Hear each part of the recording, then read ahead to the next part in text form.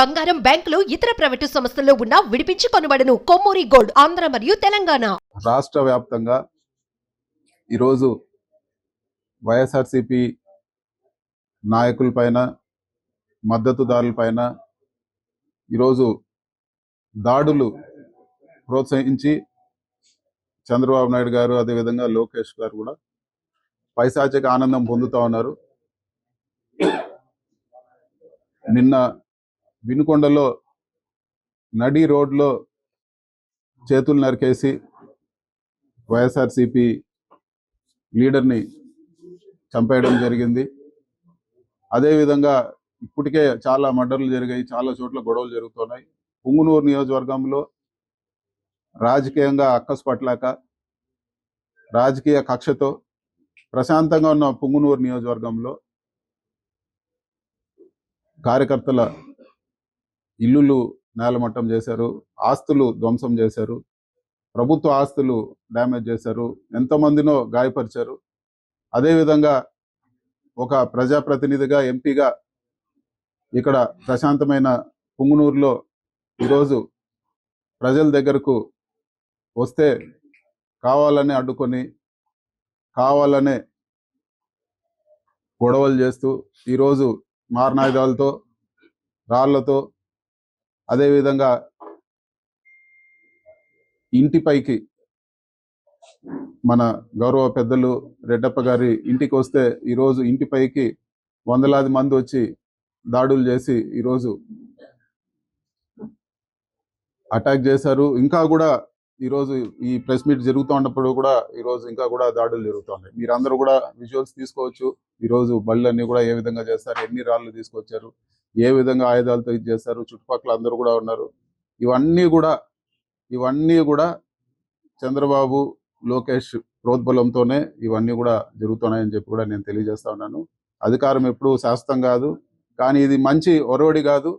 ఈరోజు సగం మంది వచ్చిన తెలుగుదేశం నాయకుల్లో సగం మంది ఇది వరకు పనులు చేసుకున్న వాళ్ళే, ఇది వరకు వచ్చి సహాయాలు పొందిన వాళ్ళే. వీళ్ళందరూ కూడా ఈరోజు చంద్రబాబు నాయుడు, లోకేష్ డైరెక్షన్ లో ఈరోజు ఇవన్నీ కూడా, ఈ దాడులన్నీ కూడా చేస్తా ఉన్నారు. ఇవన్నీ కూడా ఒక పైశాచిక ఆనందం పొందేదానికే ఇవన్నీ దాడులు కూడా రాజకీయ కక్షతో చేస్తున్నారు అని చెప్పి కూడా నేను తెలియజేస్తా ఉన్నాను. వీటన్నిటిని కూడా ఎదుర్కొంటాము, క్యాడర్కు అండగా ఉంటాము. ఖచ్చితంగా ఒకటైతే అందరు కూడా నేను చెప్పదలుచుకునేది ఏమంటే, ఈ ఎక్కువ రోజులు ఇలాంటివి సాగవు. ఖచ్చితంగా వీటికి ప్రతి ఒక్క విషయానికి కూడా ఖచ్చితంగా న్యాయం అనేది ఉంటుంది.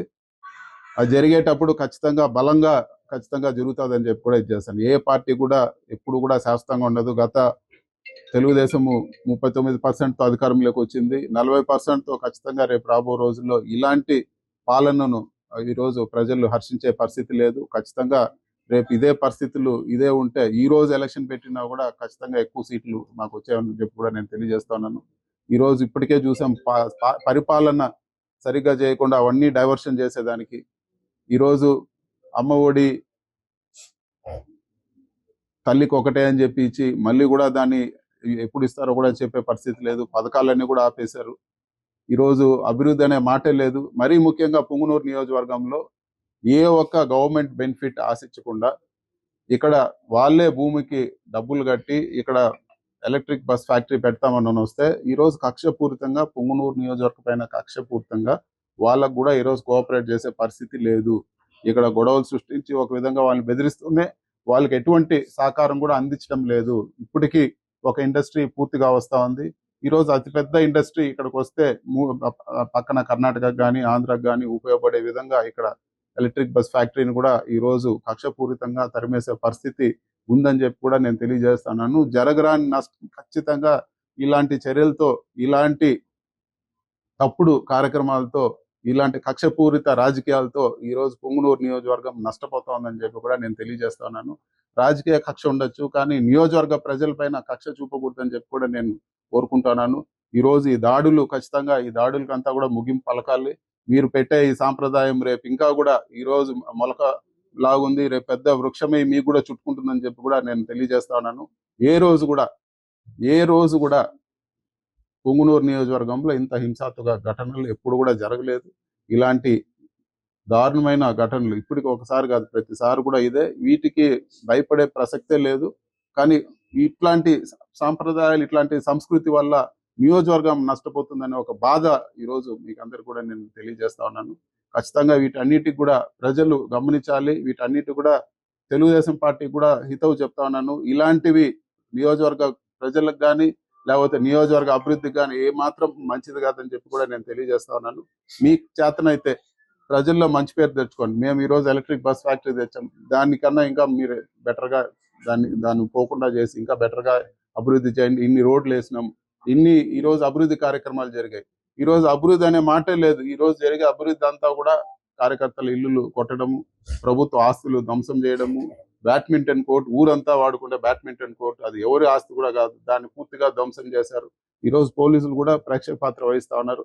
ఈరోజు వీడియోలు అన్ని కూడా చూడండి, పోలీసుల ముందరే ఈరోజు ఈ దాడులన్నీ కూడా జరిగాయి. పోలీసులు ఇక్కడ ఏఎస్పీ డిఎస్పీ అందరూ ఉండగా కూడా వాళ్ళ ముందరే ఈరోజు జరుగుతుంది. వాళ్ళందరూ కూడా ఈరోజు పైనుంచి ఒత్తిడి, చంద్రబాబు నాయుడు గారు, లోకేష్ ఒత్తిడి, వాళ్ళు కూడా ఏం మాట్లాడే పరిస్థితి లేదు. ఈరోజు లా అండ్ ఆర్డర్ అనేది పూర్తిగా పడకేసిందని చెప్పి కూడా ఈరోజు నేను తెలియజేస్తున్నాను. ఇదే పరిస్థితులు కొనసాగితే బీహార్ కన్నా ఆంధ్ర రాష్ట్రం దారుణంగా తయారయ్యే పరిస్థితి ఉంటుందని చెప్పి కూడా నేను తెలియజేస్తున్నాను. ఖచ్చితంగా మరొకసారి గట్టిగా నేను చెప్తా ఉన్నాను, ఇట్లాంటి దాడులకు భయపడే ప్రసక్తే లేదు. ఇది కాదు, ఇంకెన్ని చేసినా కూడా ఖచ్చితంగా ప్రజల్లోనే ఉంటాము. ఖచ్చితంగా ఈసారి మళ్ళీ కూడా ఈ వైఎస్ఆర్సీపీ గవర్నమెంట్ వచ్చి దానికి పూర్తిగా కృషి చేస్తామని చెప్పి కూడా నేను తెలియజేస్తాను.